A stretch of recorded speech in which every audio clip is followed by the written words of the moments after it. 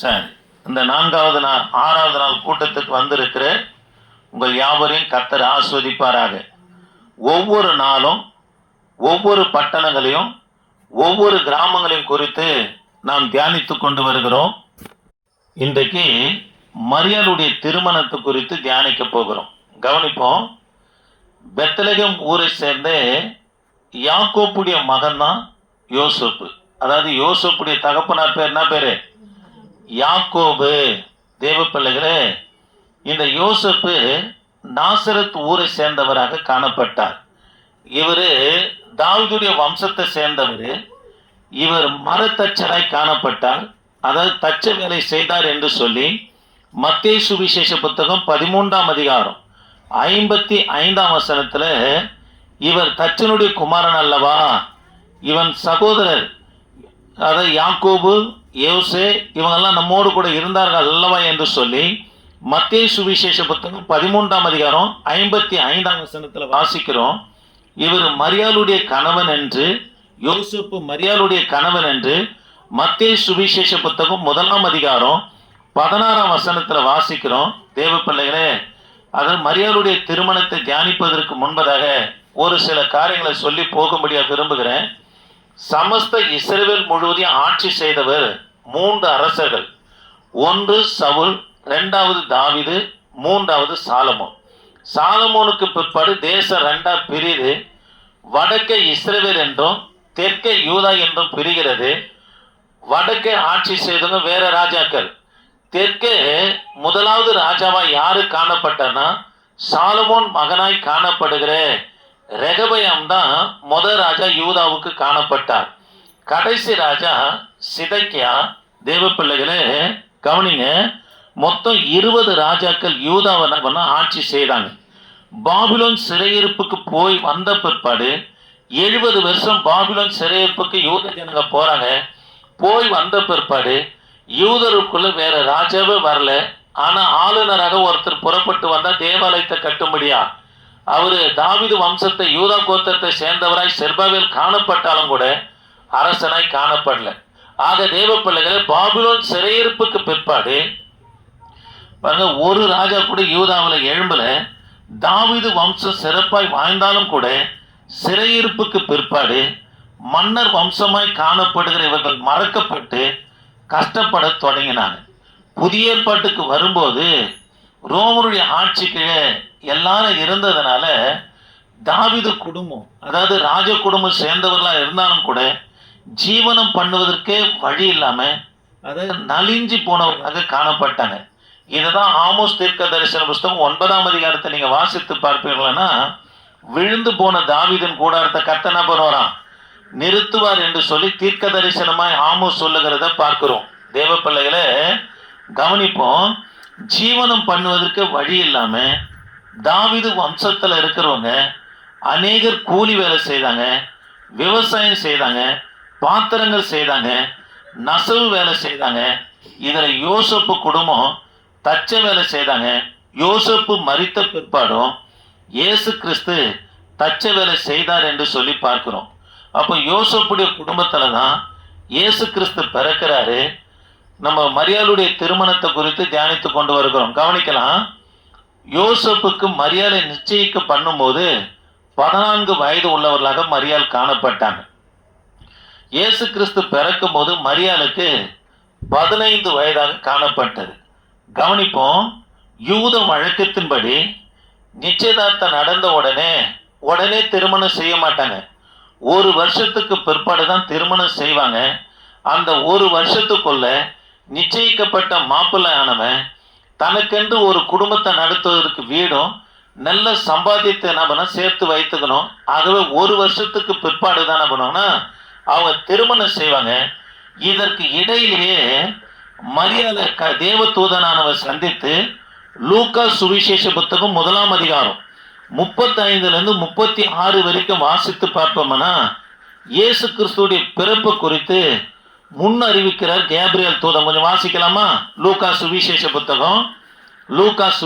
புத்தகம் 1ஆம் அதிகாரம் 35லிருந்து 36 வாசிக்கலாமா? 36 வாசிக்கலாமா? தேவதூதன் அவளுக்கு பிரதியுத்தரமாக பரிசுத்த ஆவி உன்மேல் வரும், நிழலிடும்.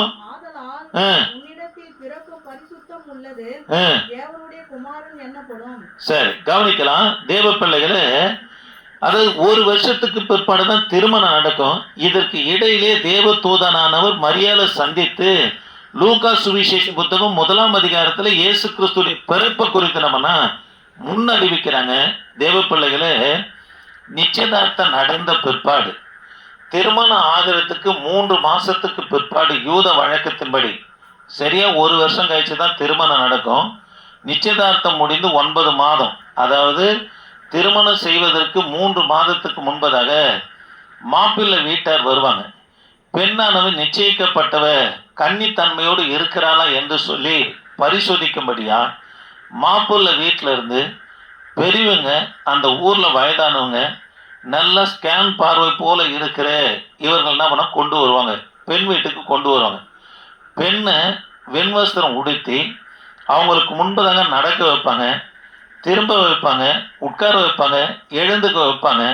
அப்படி அவங்க நடக்கும்போதே சரியாக கணித்து சொல்லுவாங்க, இவ கன்னித்தன்மையோடு இருக்கிறாரா கன்னித்தன்மை இழந்து இருக்கிறார்களா என்று சொல்லி சரியா யாரு சொல்லுவாங்கன்னா மாப்பிள்ளை வீட்டிலேருந்து வருகிற, அதாவது அந்த பெரியவர்கள் பார்த்து நம்ம சொல்லுவாங்க. ஆனால் மரியா கர்ப்பமாக இருப்பதை அறிந்த யோசேப்பு இது போல சோதிப்பதற்கு முன்பதாகவே மத்தேயு சுவிசேஷ புத்தகம் 1ஆம் அதிகாரம், மத்தேயு சுவிசேஷ புத்தகம் 1ஆம் அதிகாரம் 19ஆம் வசனத்துல மரியாள் கர்ப்பவதியாக இருப்பதை யோசேப்பு அறிந்த பிற்பாடு அவங்கள ரகசியமாய் தள்ளிவிட மனதாக இருந்தார். காரணம் என்னன்னா, அவர் நீதிமான் என்று சொல்லப்பட்டிருக்கிறது. நீதிமான கவனிக்கலாம், மற்றவங்களை அவமானப்படுத்த மாட்டான் என்று ஏற்கனவே உங்களுக்கு சொல்லியிருக்கிறேன். அவர் நீதிமானா இருந்தபடியா மரியாதை அவமானப்படுத்த மனதில்லாம பாருங்க தேவ பிள்ளைகளே. அதாவது திருமணத்துக்கு முன்பதாகவே ஒருவர் கன்னித்தன்மை இழந்து கர்ப்பவதி ஆனார்கள்னா மோசவுடைய நியாயப்பிரமாணத்தின்படி கல்லெறியப்படணும். அப்படி இல்லைன்னா வெறுத்து அவங்கள நீதிமொழிகள் புத்தகத்தில் சொல்லுகிற பிற்பாரோ அவங்கள துரத்தி விடணும். இதை செய்வதற்கு யோசேப்புக்கு மனதில்லாமல் மரியாள் வர யோசேப்புக்கு முறைப்பெண்ணாக இருந்ததுனால அவங்கள அவமானப்படுத்த மனதில்லாமல் ரகசியமாய் தள்ளி விடுவதற்காக யோசேப்பு யோசித்து கொண்டிருக்கும் போது மத்தேயு சுவிசேஷ புத்தகம் 1ஆம் அதிகாரம் எடுத்துக்கலாமா? 1ஆம் அதிகாரம் 20 24 வரைக்கும் வாசித்து பார்ப்பேன்னா யோசேப்புக்கு தேவன் சொப்பனத்தில் தோன்றி மரியாதை சேர்த்துக்கொள்ளு, பயப்படாத என்று சொல்லுகிறார். வாசிக்கலாமா? அவன் இப்படி சிந்தித்துக் கொண்டிருக்கையில் கர்த்தருடைய தூதன் எப்படி சிந்திக்கிறாரு?